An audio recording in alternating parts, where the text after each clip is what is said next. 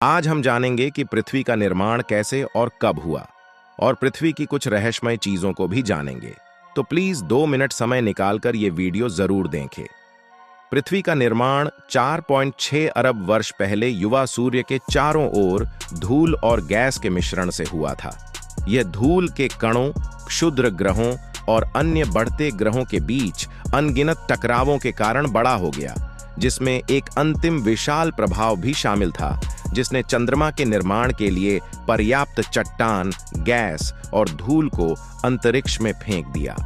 यद्यपि पृथ्वी के इतिहास के शुरुआती हिस्सों को दर्ज करने वाली चट्टानें 4 अरब वर्षों से अधिक के भूविज्ञान के कारण समय के साथ नष्ट या विकृत हो गई हैं, वैज्ञानिक आधुनिक चट्टानों, चंद्रमा के नमूनों और उल्कापिंडों का उपयोग यह पता लगाने के लिए कर सकते हैं कि पृथ्वी और चंद्रमा का निर्माण कब और कैसे हुआ, और वे किसी समय कैसे दिखते होंगे।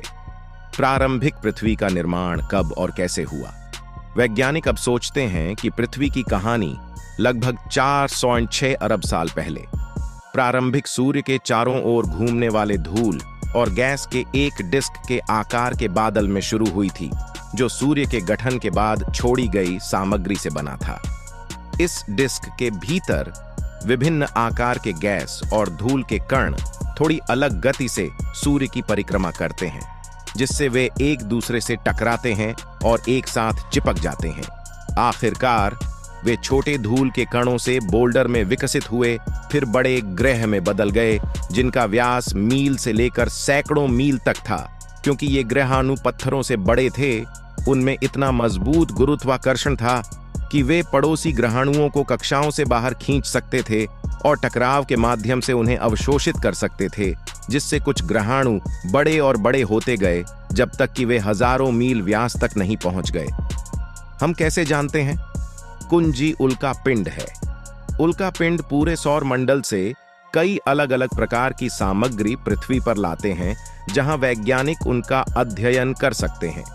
इन सामग्रियों में चौंड्रियूल्स शामिल हैं, धूल और चट्टान के छोटे टुकड़े जो ग्रहों के बनने से पहले बच गए हैं, और ग्रह निर्माण प्रक्रिया द्वारा छोड़े गए क्षुद्र ग्रहों और ग्रहाणुओं के टुकड़े।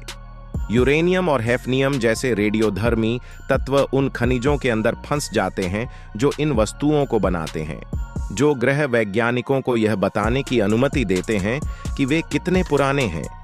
इन मापों और धूल तथा ग्रहाणु के टकराव की भौतिकी के अनुकरण का उपयोग करते हुए ग्रह वैज्ञानिकों और खगोलविदों ने स्थापित किया है कि धूल से प्रोटोप्लैनेट प्रक्रिया में लाखों वर्ष लगते हैं। लेकिन हमारे सौर मंडल में ग्रह निर्माण के अंतिम चरण में बहुत अधिक समय लग सकता है, लगभग 100 मिलियन वर्ष तक। यह न केवल पृथ्वी पर सामग्री का आखिरी बड़ा योग था, बल्कि वह घटना भी थी जिसने चंद्रमा का निर्माण किया था, और यह कहानी के सबसे विवादास्पद हिस्सों में से एक है। अंत में मैं यही कहना चाहूंगा कि अपने व्यस्त जीवन में हम अक्सर प्रकृति द्वारा बनाए गए चमत्कारों की सराहना करना भूल जाते हैं, और ऐसा ही एक आश्चर्य है हमारा ग्रह पृथ्वी। अगर आपको ब्लॉग पसंद आया और आप पढ़ना चाहते हैं कि पृथ्वी पर जीवन कैसे बना, तो कृपया लाइक दबाएं। इसे अपने जिज्ञासु मित्रों के साथ साझा शेयर करना न भूलें।